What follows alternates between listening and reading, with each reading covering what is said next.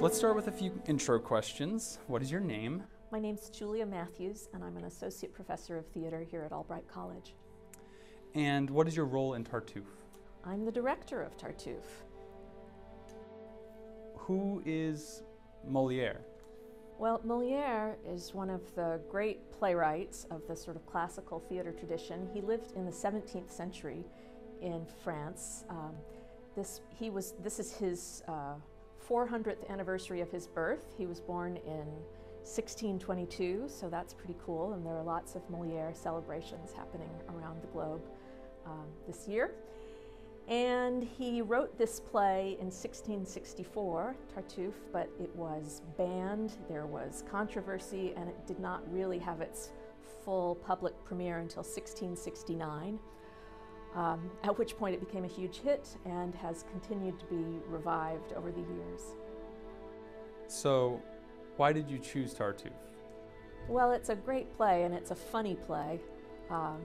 Partly one of our interests with the students in the theater program is challenging them with different kinds of plays, different kinds of styles. And this particular play is written in rhyming verse. So that is a bit of a novelty for the students. It is a wonderful English translation, of course, by Richard Wilbur of the original French couplets by Molière. And so that's been a challenge for them to work with these kind of long poetic speeches, and the French style of the period has very extended speeches, so that's been a challenge for them to work on. But also it's a really great play and a timely play about hypocrisy and people saying one thing and doing something else. And it seems, how quick we are to judge other people, I think that's a really timely subject right now. Was there any obligation to choose this play, or do you guys have a running list, or? We try to think that over the course of 4 years, a student who came to see every show, that they would see 16 shows, and that would give them a really broad education in the theater. So they'd see some classical shows and some contemporary shows, some comedies, some tragedies, some musicals, some children's theater, you know, the whole gamut. And Molière is certainly a style that we like to include every few years. It's not an obligation really, but it's certainly something we'd like college students, someone whose work we'd like college students to be aware of. Does the performance speak to you in any way? Oh gosh, yes. Yeah.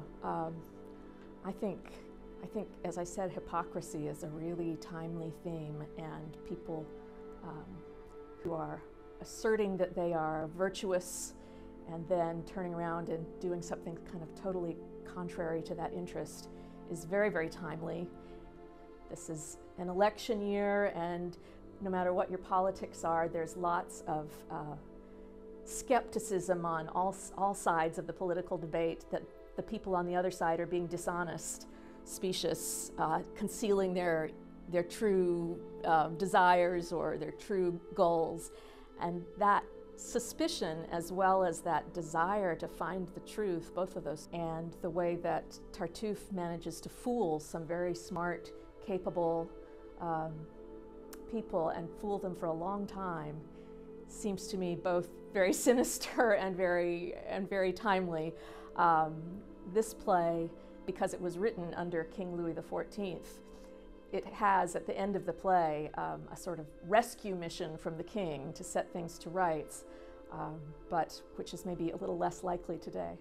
What does the history of Tartuffe say to you? The history of Tartuffe, well, it was a controversial play that got Tartuffe in lots of hot water with the religious authorities of the 1660s. And there was a kind of struggle over censorship of the play before it was finally produced, and then partly because it had been censored, it was a big hit. Since that time, the play's been sort of a touchstone for conversations about hypocrisy, deceit, and especially political and religious deceit and hypocrisy, but of all kinds. When you are directing, what is your focus? Oh, well, the storytelling and the language. I'm fascinated by the language. I'm really interested in the craft and the skill with which Molière has put the ideas together. and that's not our 21st century way of thinking or speaking, so that takes a lot of work with the actors to kind of understand how the speeches are building from idea to idea to idea. And I love the comedy of it. There's a family who's in distress, and they're a very funny family, each with their own selfish preoccupations, and it's a joy to work on those characters with the students. Are you setting the play in the 17th century? No, we are setting the play in the 1960s. The piece was written in the 1660s, and we're setting it in the 1960s because 1961 to be exact, partly because that seems like a moment of transition. There's a kind of prosperous, conservative, social conservatism coming out of the 1950s in the post-war world, and then there's the sort of burgeoning energy towards change, women's rights, revolution, queer rights, civil rights movement, all of that moving forward in the 1960s. So we're picking a moment that's sort of right before that revolutionary energy breaks forward. Who are the main characters? The main character of the play is a man named Orgon, who's a prosperous, middle-aged man. He has 2 adult children who are getting ready to be married. He has a beautiful second wife who's very an ornament to society, and yet he feels that his life is empty, that something is missing, and he finds meaning in this con artist, Tartuffe, who tricks him into thinking he's a real religious devotional, that he's in touch with God and in touch with prayer, able to sort of strip life down to its necessities, and Orgon is really attracted by this and taken in entirely. So those are the sort of 2 main forces, Orgon and Tartuffe, but then the family members all kind of band together to try to get their father and husband undeceived, but that takes some doing. So the plot of the show, from the synopsis, seems like a wild one. It seems like there's tons of drama, scandal, intrigue, comedy. Does it become difficult to follow, or is it a concise story? I hope it's not difficult to follow. I think it's pretty clear because the whole play takes place in the family home of this one family, and we really are following the members of the family and their maid in sort of trying to deal with this crisis. So I think it moves pretty tightly from one piece of the story to the next, and it all takes place in one day. How do the actors learn to work with rhyming verse? Oh, well, they've been working hard, and they've been doing all different kinds of things. They've been singing, they've been analyzing poetry, they've been translating into modern prose and taking it back into verse. We've been doing lots of different things. What are you most excited about for the performance? Oh, the presence of the audience. Absolutely. I mean, comedy lives and breathes with an audience, and without an audience, it gets kind of stale, and we've heard all the jokes now. we know where all the comedy's coming, so we really are eager to have fresh ears in the theater and people who are hearing and following the story for the first time. I think we've got some really talented comic performers in the cast who are just going to switch on as soon as they've got some new audience energy coming back for them. That's going to be exciting.